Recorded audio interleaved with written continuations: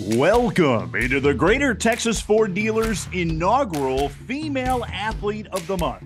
From Texarkana to El Paso, the Panhandle to San Angelo, the Permian Basin to East Texas, Waco, Wichita Falls to Lubbock, and many points in between.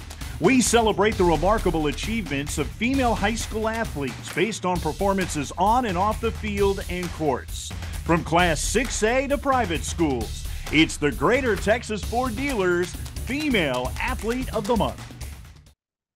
Joining me now, and fittingly enough, from Ford County and Crowell High School, the one and only Viviana Maldonado, the Class 1A Greater Texas Ford Dealers Female Athlete of the Month. Great to see you, Vivi. Congratulations. I know you're from a small town, but you are big on talent. What does it mean to you to win this prestigious award?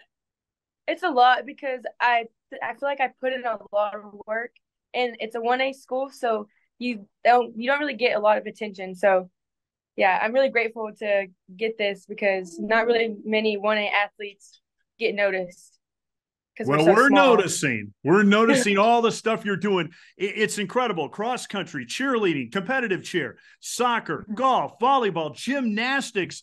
You are the best at everything, and you absolutely do everything. How do you pull all that off?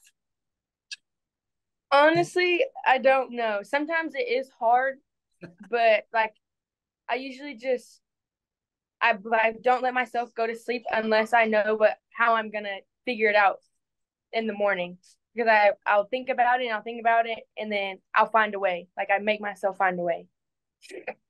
Where does the drive come from? Because, I mean, it's exhausting thinking about all the sports you do. Yeah, well, my coaches are they're like they support me a lot in all I do. So I feel like them just constantly telling me to keep pushing and to be a leader, and my mom always being there to push me. It's really they make it a lot easier than it would be if it was just me.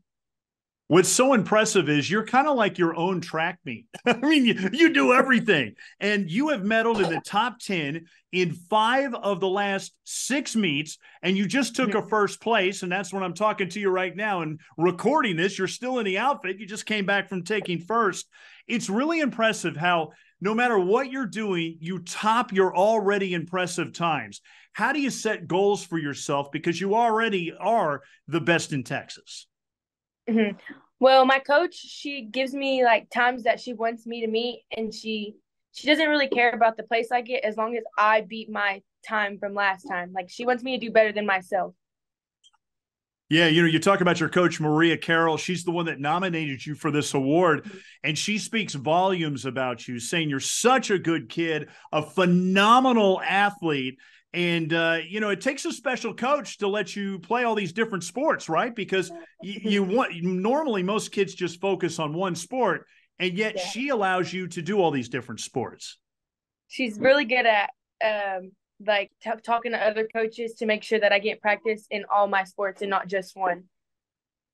What has Coach Carroll meant to you? She means a lot. I don't like even when I doubt myself, like she's still there telling me like, "Hey, you can do this. Like you can do like even if you don't believe in yourself, like I believe in you and you can do it." And not just cross country, but every other sport. Like she's there for me in every sport that I play, not just cross country. And, you talked about it earlier about how it's such a small town. And by the way, you're like 30 miles away from the small town and an even smaller town.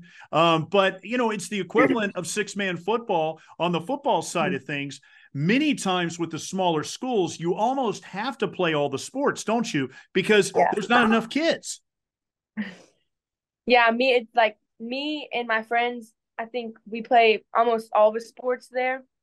So we're each other's teammates, so we learn how to play with each other. What So do you it's like a like? good bonding time. What do you like about coming from a small town? Well, we all get along and we're all like friends. Like if we were like from a bigger school, we would have to know these people, learn about them, learn how they play, but we all know each other, so it's really easy to get along. What's really impressed me about you is, you may be from a small town, but when you're in these meets, you're going up against bigger city girls, bigger classifications. And you're not overwhelmed by it at all. You're ready to compete and you're looking to win. Where does that come from?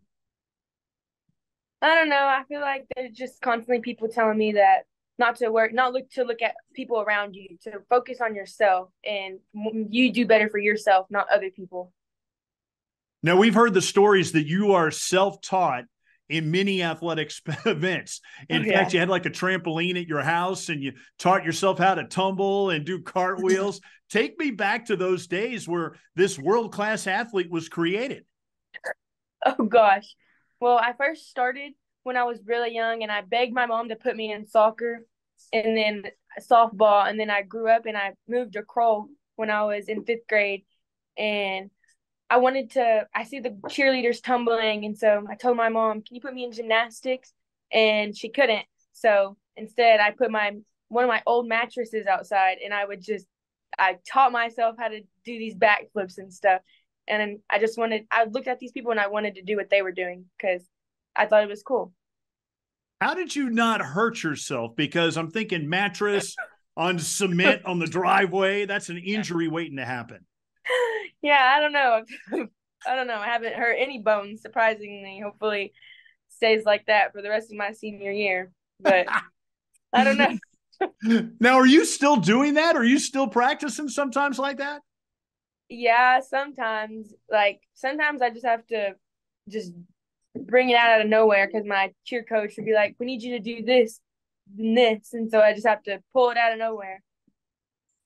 I sense that you're coming up with all kinds of moves, hopefully you're not jumping off the roof of your house doing this kind of stuff.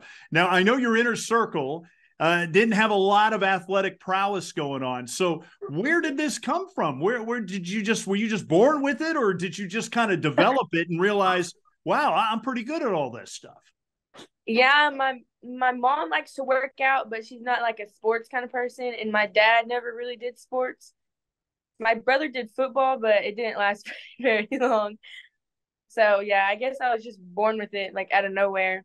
And it was something that I enjoyed and I found my happiness in. So I just stuck with it. Well, you've been excelling in everything. And I think about competitive cheer. It's really amazing how many hours you have to put in for cheerleading. Ever in your wildest dreams, did you think that it was going to be this much work to actually cheer? No, we just got back from a 6-hour practice to learn these cheers and stuff. And I've never been that sore. Like cross country doesn't make me that sore and volleyball doesn't make me that sore. But cheerleading, you constantly lift these girls and memorize these dances and these cheers and all these words. And it's a lot, but it's really fun. What do you like about competitive cheer? What do you enjoy the most about it? Probably that we get to win and we don't have to cheer for the football boys to win. Like we can go out there and be aggressive and show our smiles and be as loud as we can. And we get to make our coaches proud. Well, you've been so good in some of these other sports as well, volleyball and golf.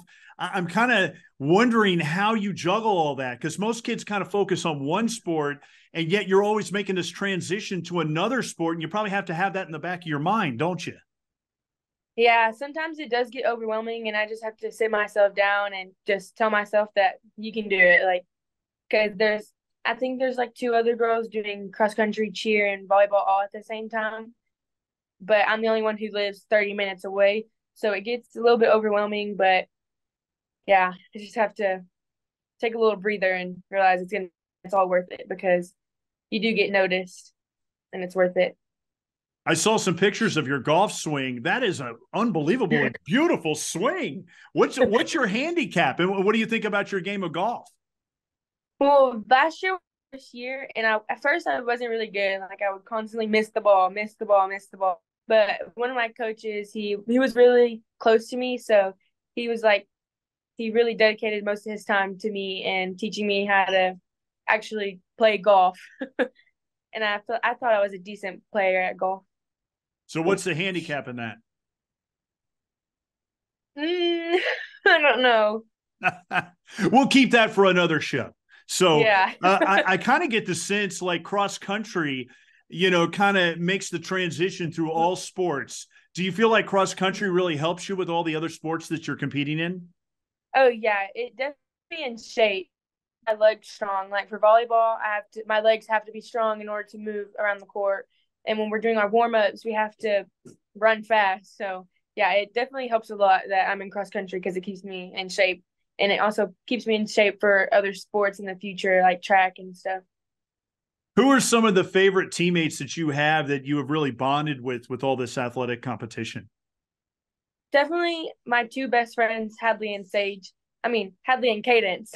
Sage is a freshman. She just got hurt. I was thinking about her because it's affected our team a lot that she's gotten hurt.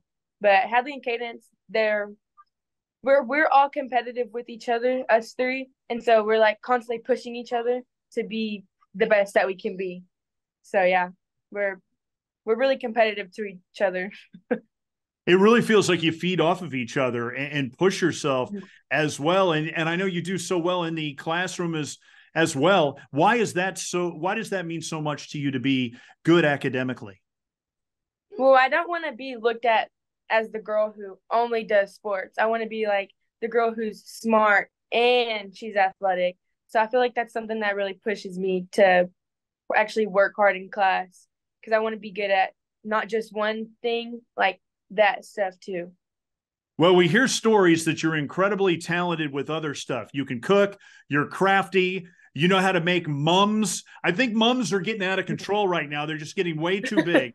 What about all those other talents? How do you even have time for this stuff?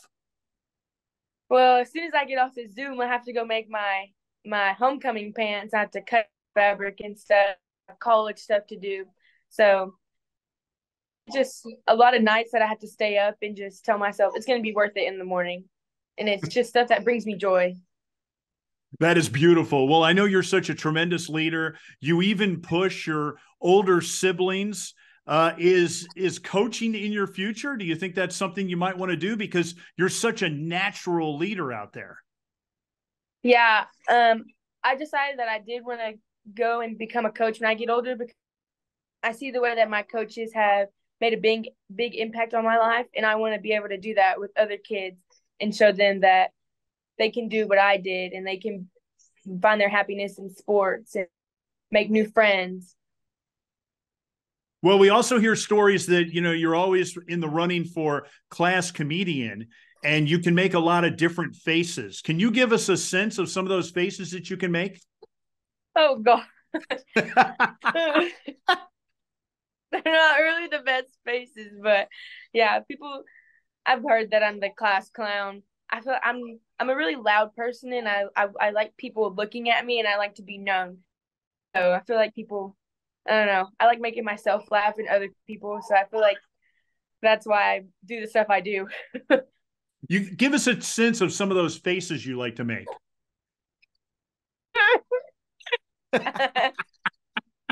Oh, that's great stuff. Well, I know that so many kids in the community look up to you. What's your message to them to, as far as trying to be as good as you one day and to excel in all sports and really excel in life? Because that's what you're all about.